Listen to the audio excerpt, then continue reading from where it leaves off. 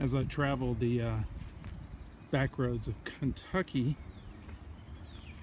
I often see signs pointing to different things along the way. And I was traveling through Mumfordville, Kentucky, and saw the sign Green River Park and Arboretum. So I pulled over, and this is what I found. The Green River. You can see where the road used to go over. There's a new modern road way in the background. Beautiful day here in central Kentucky. Mumfordville, not too far from Mammoth Cave.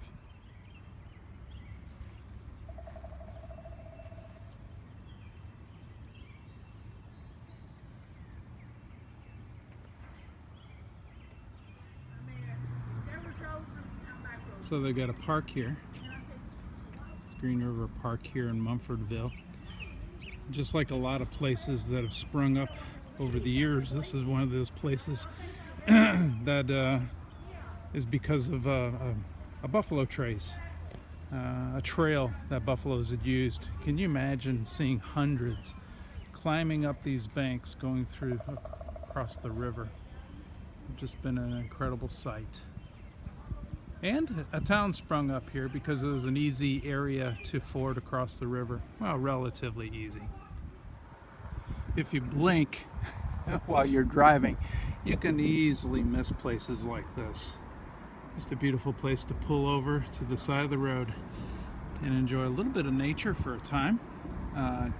Green River, it's one of the major tributaries of the Ohio River. Also connects with a lot of other creeks and rivers within Kentucky, Rough River, some other places I cannot remember. You can see the existing 31 West bridge across the river. And just, like I said, a beautiful place to stop.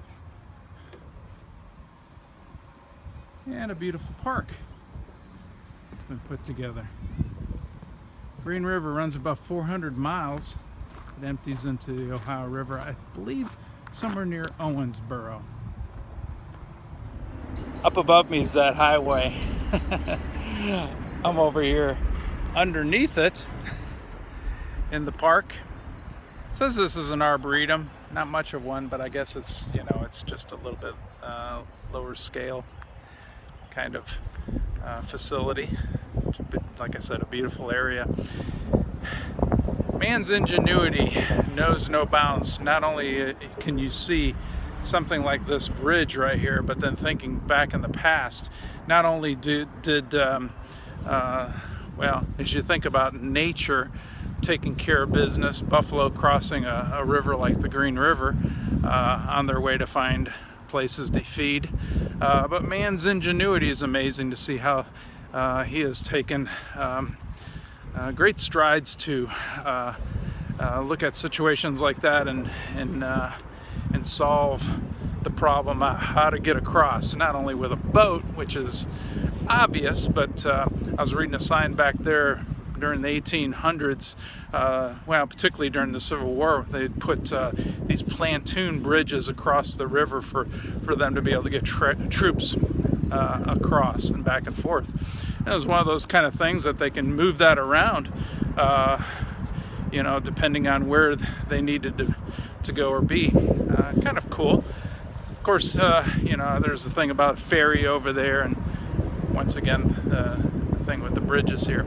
It just reminded me of something in Scripture that Paul said, and hopefully you won't want to take this too much out of context, but he says something to the Thessalonians about, you know, if you don't work, you shouldn't eat. And I think it's been kind of built in man. If you look at Genesis, the book of Genesis, you see that God has equipped man to work the land to subdue it, and I've talked about that before. Thinking about today, there's a lot of things, a lot of forces in this world that are making us lazy.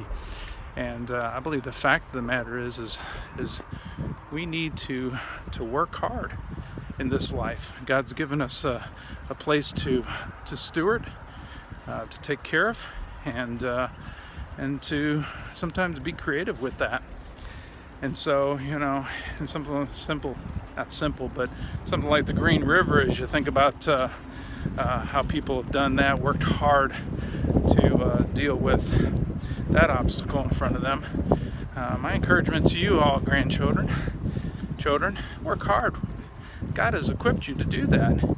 He has made you for that task. We're not to be lazy with our lives. We're to work hard. And our work is to honor God first and foremost. And I pray that you do that. I pray that you find a job, a career that will use your gifts. And if you're hesitant and you don't know what you want to do, you can always ask Pappy. We can work through some of that stuff. But look around the people that God brings in your life. It's just amazing. You know, we serve a sovereign God who's you know, working things for our good, for His glory. And sometimes He brings people into our lives to help shape our job, our career. And that's a good thing. So, out here near Mumfordville, at the Green River. Love y'all. Bye. So I'm taking a little lunch break by the Green River. Many miles from Mumfordville. This small little town called Calhoun, Kentucky. A little correction on the flow of the Green River into the Ohio. It actually doesn't go to Owensboro, even though it's not that far from Owensboro. It flows closer to Henderson, Kentucky, which is below Evansville. Just enjoying